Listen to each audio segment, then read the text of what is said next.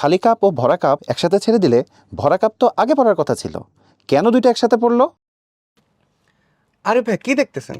পিয়াস ক্লাসে স্যার আজকে স্থিতিকোণ বুঝাইলো জি এবং ভাই। স্যার বললো যে হেলানো তল একটা নির্দিষ্ট কোণের জন্য বস্তুকে রাখলে তলের উপর বস্তু পিছলাই পড়া শুরু করে জি ভাই। এবং ওই কোণটাই নাকি হেলানো তলের ওই কোণটাই নাকি স্থিতিকোণ। জি ভাই। আমি এটা বুঝছি, তো লাস্টের লাইনটাতে আমার একটা প্রবলেম ক্রিয়েট হচ্ছে, মানে কনফিউশন হচ্ছে। কি কনফিউশন ভাই? দেখ, লাস্টে যে সূত্রটা যেটা আসছে সেখানে না বস্তুর ভর নাই, স্মল এম নাই, তাহলে স্থিতিকোণ এটা কি বস্তুর ভরের উপর নির্ভর করে না? এটা খুবই ভালো অবজারভেশন ভাইয়া। দেখা যাচ্ছে যে স্থিতিকোণের মানটা ভরের উপর ডিপেন্ড করে না, এবং অবশ্যই আমরা হালকা ভর ভারী ভর যেমনই রাখি না কেন সবসময় স্থিতিকোণটা সেমই থাকবে, মানে দুইটা বস্তু একসাথেই পড়া শুরু করবে।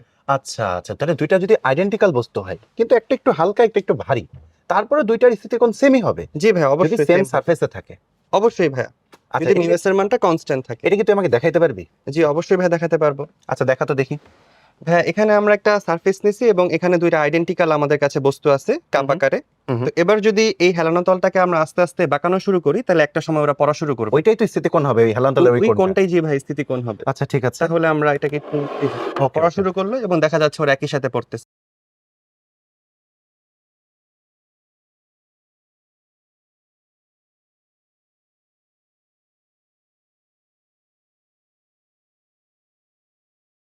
একই সাথে পড়া শুরু করছিল দুইটা। একই সাথে পড়া শুরু করছিল কারণ দুইটার ভরই আসলে সেম ছিল।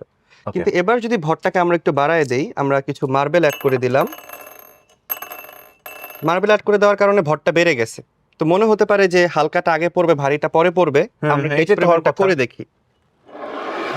দেখা যাচ্ছে ওরা একসাথে পড়তেছে।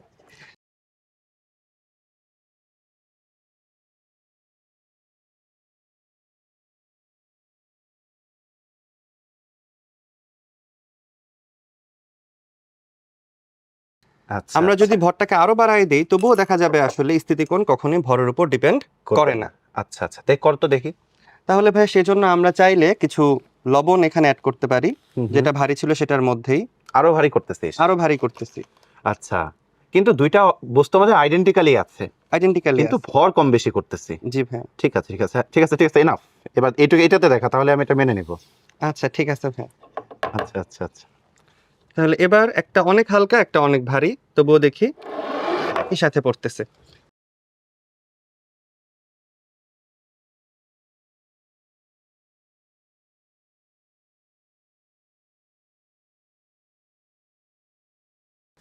অর্থাৎ আমরা দেখলাম যে স্থিতিকোণ আসলে বস্তুর ভরের উপর নির্ভর করতেছে না। জি ভাই অবশ্যই। বাহ, এরকম আরো শিক্ষণীয় ভিডিও দেখতে তোমরা চোখ রাখো আমাদের উদ্ভাসন মেশের ফেসবুক পেজ এবং ইউটিউব চ্যানেলে। সবাইকে ধন্যবাদ।